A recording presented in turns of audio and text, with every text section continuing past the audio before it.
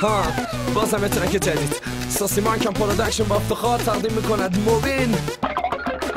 موبین بیا چی؟ بیا چی؟ بیا رقصمون بیا وقتی نشستم تو فیات و جلو پاتو بوق میزنم زیاد گفتی که رفتمون میاد یه کاری کن رقصمون بیا من که از میاد کنار تو هم تو میری یاد میدونم که به تو بیکینی میاد یه کاری کن رقصمون بیا تو که از بچگی یاد خیلی موازی خط کشی یاد گفتی که رقصتون میاد یه کاری کن رقصمون بیا بره بدید دارم میکنم من تماشاتون پس کجاست حواساتون موهاتون بلنده چرا انقدر کوچیک دماغاتون من که رب میخونم زیاد و تکون میدید خوشم میاد بگو فرنوشم بیاد از دفتر دوشم بیاد یه کاری کن رقصمون بیا لباسش پلنگی نیست پچیه یوز پلنگیه این لبه یه دود فرنگیه نظرت راجع به این که من گفتم جلس نرم چیه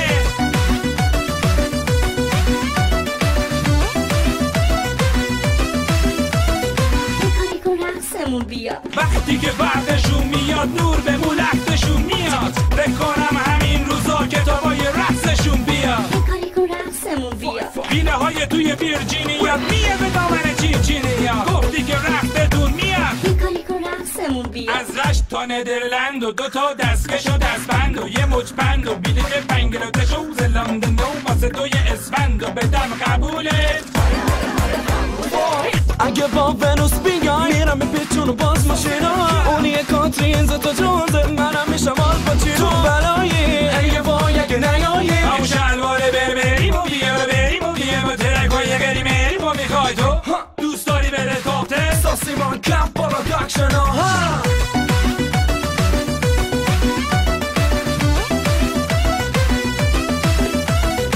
وقتی نشستم تو فیات و جلو پاتو بوق میزنم زیاد گفتی که رفتمون میاد یه کاری کن رقصمون بیا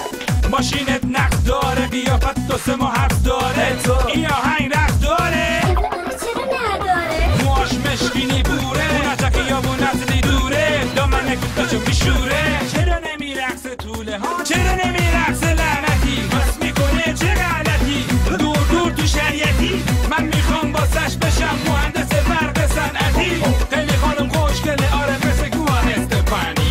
منم همش دنبالشم تو اشرفی اصفهانی همه چیو شکونده دیگه نمونده استکانی یه کاری کن رقصمون بیا